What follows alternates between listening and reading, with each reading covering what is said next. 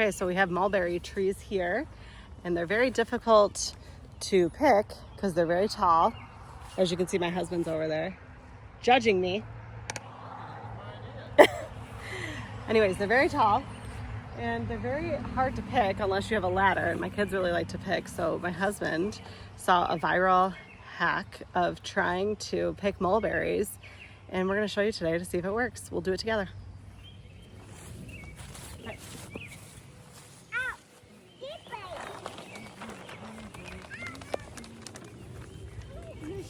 All right.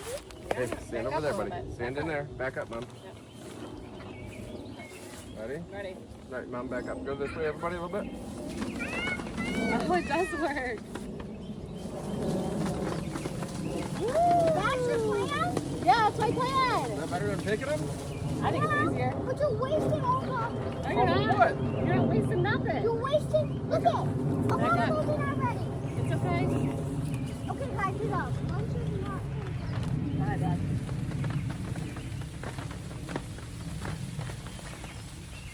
Big and mulberry trees.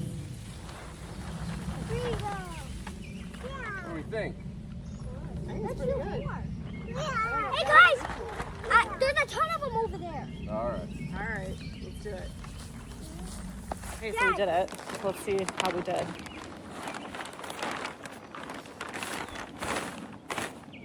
So definitely not bad. So as you can see, we have some leaves, and we have little spideys that came off with it. And we have some that definitely weren't ready, so I would go through and like get rid of those. But honestly, it worked really well, and it took me about 5 minutes. So now I got to go in and wash all this and trim them up and get them ready. So now that we have our mulberries in, we have to wash them because mulberries are notorious for having little bugs and all that stuff. So we got to wash them. So what I do is I just take a bowl, I fill it with cold water, and then I put some vinegar and baking soda in it and just let them soak, and then cut the little stems off. So we're gonna make a cobbler tonight, so stay around. Once your mulberries are clean, you actually want to get rid of the little stems. So let me show you. So there's a little stem on a mulberry, and you actually just want to kind of pop it off. And they will stain your hands. It comes off, don't panic. I find that doing mulberries is actually a lot of work. So I don't do a ton with them. I haven't done jams or jellies or anything. I could probably do it, but I would do more of a like unseeded jam or jelly, because honestly they're so much work to do, but they're very yummy, and they're free because they grow on our farm. So how cool is that? I don't know. I have all my mulberries and my black raspberries clean, but I want to show you. Look at how deep red and purple this is. So people can actually use this to dye things.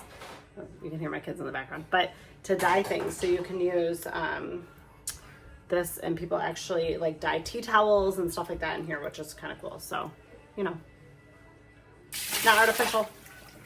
I don't need it. So. My berries for my cobbler, so let's go make it. Okay, so first we're going to grab a 9x13 pan. You can also use an 8x8 or a 9x9.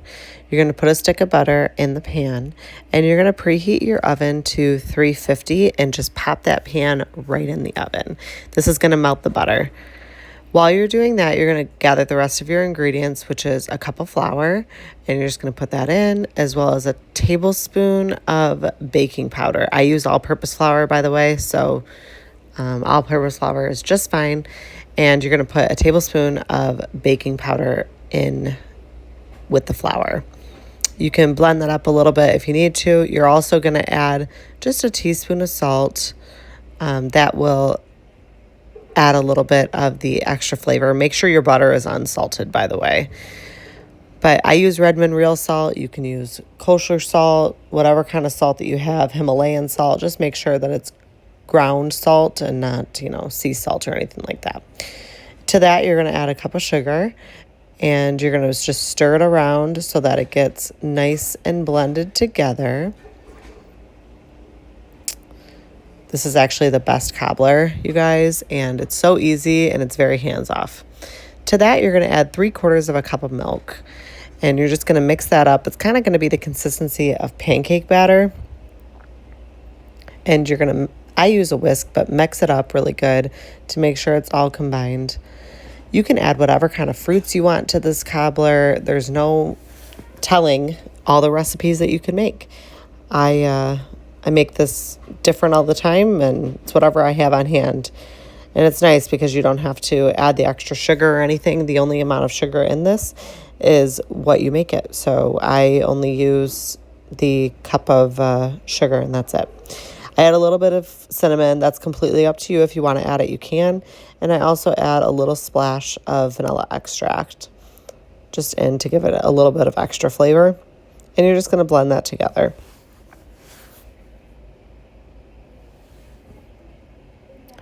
Once it's all blended together, it smells amazing. Okay, so now you're going to grab a hot pad and you're going to go ahead and put it on the counter so that you can bring out your pan with melted butter. Again, you are just going to put a stick of butter right in the pan. You can use a 9x13 like this, or you can use an 8x8 or a 9x9 depending on how thick you want it.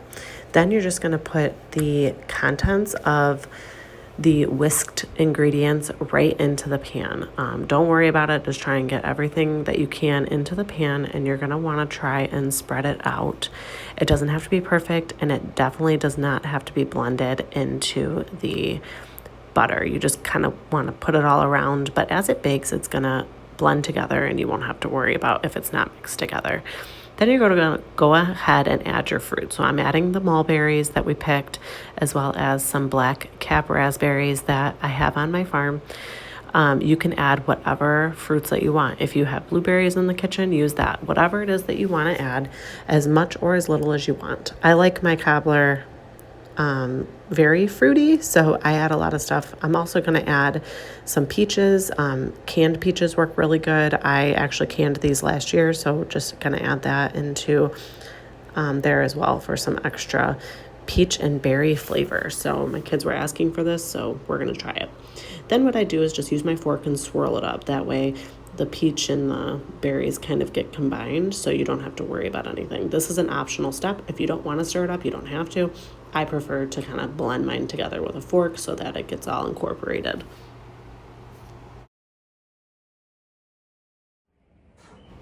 Okay, so once you've put it in the oven, you're going to bake it for about 30 minutes at 350, and then it's going to come out like this. If you want it less dark, you can put foil over it. It doesn't matter to me personally, but it's nice and gooey on the inside and then a little crunchy on the outside, which is how we like it. So then you're just going to cut it up and serve it. If you end up making this, let me know, and make sure you like and subscribe for future videos and content from our farm. Thanks so much for watching, and I hope that you enjoy the homemade cobbler with your family and absolutely serve it with vanilla ice cream.